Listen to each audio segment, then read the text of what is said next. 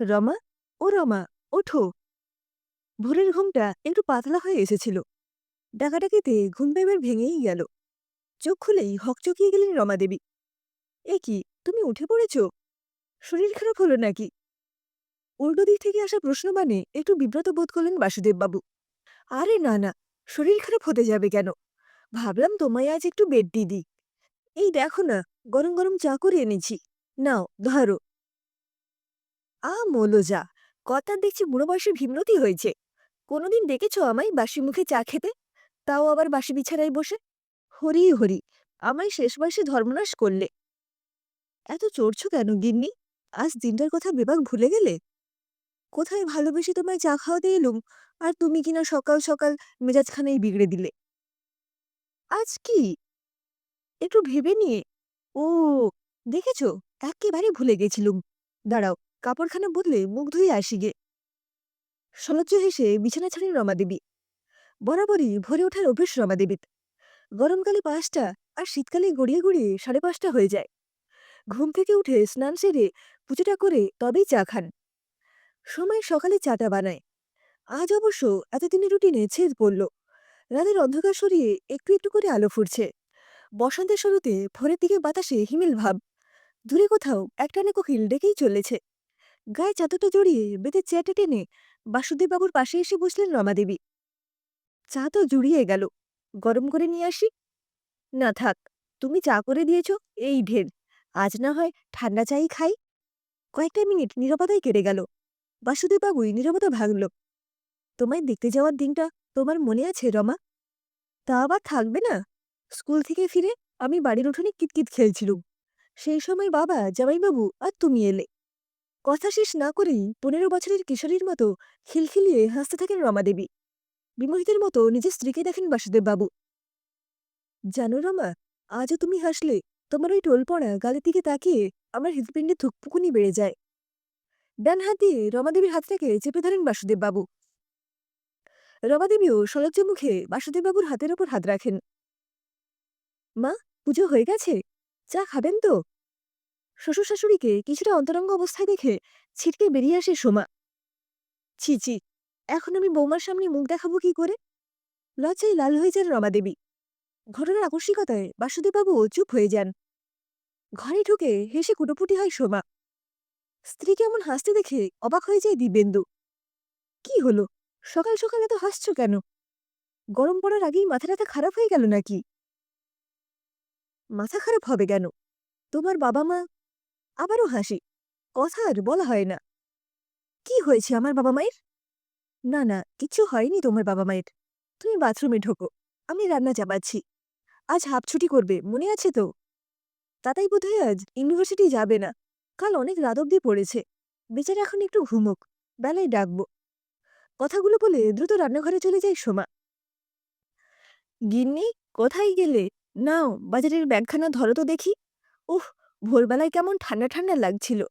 বেলা বাড়তে না বাড়তেই গরমখানা পড়েছে দেখো। তার উপরে বাজারে আগুন। বুঝলে গিন্নি, আজ একটা মনোমতো জিনিস পেয়ে গেলুম বহুদিন বাদে।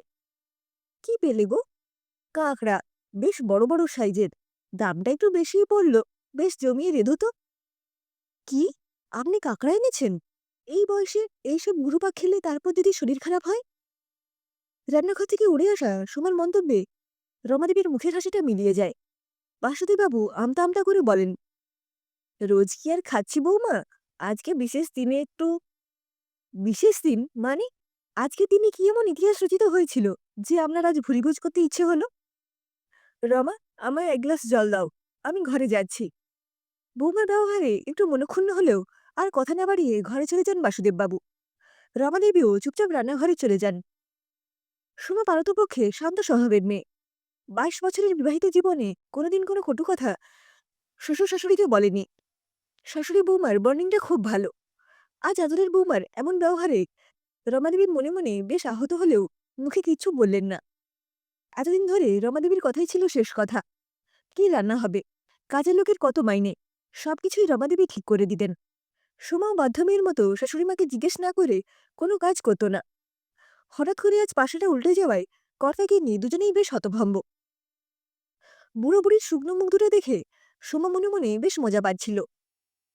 সুযোগ পেলেই আজ কথায় কথায় ঠেস দিয়ে যাচ্ছে বুড়ো বুড়িকে, আর মনে মনে একচোট হেসে নিচ্ছে। বুঝলে গিন্নি, আমরা এবার বাতিলের খাতায় নাম লিখিয়ে ফেললাম গো। সংসারে আমাদের প্রয়োজন ফুরিয়েছে। একটা বড় দীর্ঘশ্বাস ফেললেন বাসুদেববাবু। কি বলছো গো কর্তা? আজ সারাদিন বৌমা কি ব্যবহারটাই না করলে! যে মেয়ে ৭ চরের আকার তো না, তার রাতারাতি এমন পরিবর্তন! কি জানি, কিছুই বুঝতে পারছি না গো কর্তা। আজকের দিনটাও কেমন বেমালুম ভুলে গেল। সে তো না হয় পরের মেয়ে, আর নিজের পেটের ছেলে, সেই বা কি করে ভুলে গেল আজকের দিনটা। চোখের কোণায় জল চিকচিক করে ওঠে রমাদেবীর। ওই দেখো, তুমি আবার কাঁদতে বসলে কেন? আজকের দিনে চোখের জল ফেলো না রমা, আমার ভালো লাগে না। অনেক সকালে উঠেছি দুজনে, বেলা গড়িয়ে এলো। চলো আমরা একটু গড়িয়ে নিই। হুম, ও বেলা একটু কালীতলায় নিয়ে যাবে গো কর্তা, প্রতিবারের মতো এবারেও একটু পুজো দেব। মা, ঘুমিয়ে পড়েছেন? একটু আসবো? হ্যাঁ, এসো বৌমা। মনে আছে তো, আজ নেমন্তন্ন আছে। এই নিন মা, আপনার জন্য নতুন শাড়ি, আর বাবার জন্য নতুন ধুতি পাঞ্জাবি। আবার এইসব কেন বৌমা? বললাম কি, আমাদের দুজনের আজ শরীরটা বিশেষ ভালো নেই, তোমরাই যাও। তা কি করে হয় মা? আমি নন্দিতাকে কথা দিয়েছি আপনাদের নিয়ে যাব। আমার কথারও তো একটা দাম আছে নাকি? তোমার বান্ধবীকে কখনো দেখিনি, আলাপ নেই। আমরা না গেলে খুব ক্ষতি কিছু হবে না বৌমা। আলাপ নেই, আলাপ হয়ে যাবে। সন্ধে ৬টার সময় রেডি হয়ে থাকবেন। কথাগুলো বলে গটগট করে ঘর থেকে বেরিয়ে যায় সোমা। বৌমা চলে যাওয়ার দিকে নির্বাক হয়ে তাকিয়ে থাকেন বৃদ্ধ দম্পতি। বৃদ্ধ বয়সে বোধ হয় নিজেদের মতামত ইচ্ছে অনিচ্ছে বলে কিছু থাকতে নেই। এ কি গো বৌমা, দেবু তাতাই যাবে না? শুধু কি আমরা ৩ জন যাব? ওরা আগেই চলে গেছে মা, আমরাই একটু দেরিতে যাচ্ছি। ও আচ্ছা। বলছিলাম কি বৌমা, এত সেজেগুজে বিয়েবাড়ি যেতে বড্ড লজ্জা করছে। কি দরকার ছিল বলো তো এইসব নতুন বেনারসি পরিয়ে, খোঁপায় মালা গুঁজে! লজ্জায় মরে যাই। আর ওনাকেও নতুন ধুতি পাঞ্জাবি পরিয়ে, এই বুড়ো বয়সে এইসব! বড্ড লজ্জা করছি গো বৌমা। মা, আপনাকে বলেছি না, নদীটা আমার খুব স্পেশাল বান্ধবী। তার অনুষ্ঠানে যাচ্ছেন, একটু স্পেশাল তো সাজতেই হবে না মা? এত বছরে কোনোদিন তোমার বান্ধবীর নামও শুনিনি। চোখে দেখা তো দূরাস্ত, যাকে চিনিই না তার বাড়িতে এমন! আহ রমা, এত বকবকানির কি আছে? বৌমা যখন বলছেন দরকার আছে তো দরকার আছে, এই সোজা কথাটা বোঝো না। চলো গাড়িতে ওঠো তো দেখি। স্বামীর কাছে বকা খেয়ে রমাদেবী মুখ কালো করে গাড়িতে উঠে বসেন। বাসুদেববাবু চিরকাল অফিস সামলেছেন আর মোটা টাকা উপার্জন করেছেন। সংসারের কোনো ব্যাপারে কোনোদিন তিনি মাথা ঘামাননি। বলা ভালো, মাথা ঘামাতে হয়নি। রমাদেবী সুচারুভাবে দুহাতে সংসারটাকে আগলে রেখেছেন। সংসারে রমাদেবীর কথাই ছিল শেষ কথা। গতকাল অবধি তাই চলে আসছিল। এক রাতের মধ্যে সবকিছু ওলটপালট হয়ে গেল। যে কর্তার ওপর এতকাল তিনি ছড়ি ঘুরিয়েছেন, সেই কর্তাও আজ তাকে ধমকানো সাহস করলেন। সময়, সবই সময়, এখন তার ফুরিয়েছে, বেশ বুঝতে পারছেন। আসুন মা, বাবা আসুন, আস্তে আস্তে আসুন। গাড়ি থেকে নেমে সোমাকে অনুসরণ করেন বৃদ্ধ দম্পতি। অনুষ্ঠান বাড়ির নাম রাজমহল। রাজমহলই বটে। আলোর মালা আর ফুলের মালা দিয়ে সুন্দর করে সাজানো, চোখ ফেরানো যায় না। বাহারি ফুল দিয়ে সুন্দর করে গেট সাজানো। Happy marriage anniversary!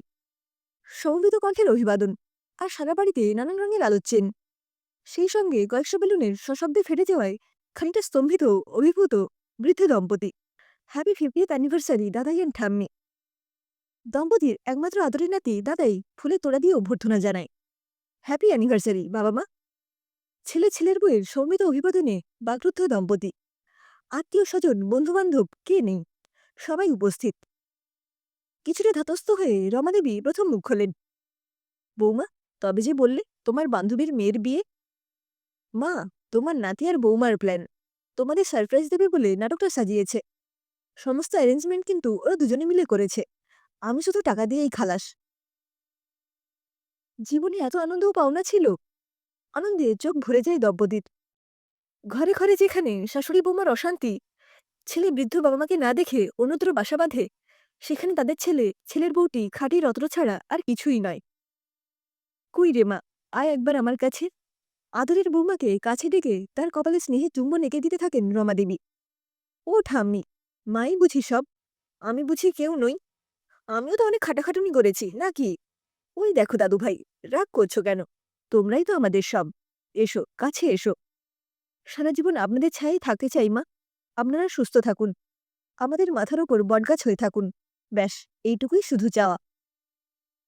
জীবনের শেষ প্রান্তে এসে আবার নতুন করে বাঁচার ইচ্ছে জেগে ওঠে দুই প্রবীণ মানুষের মধ্যে।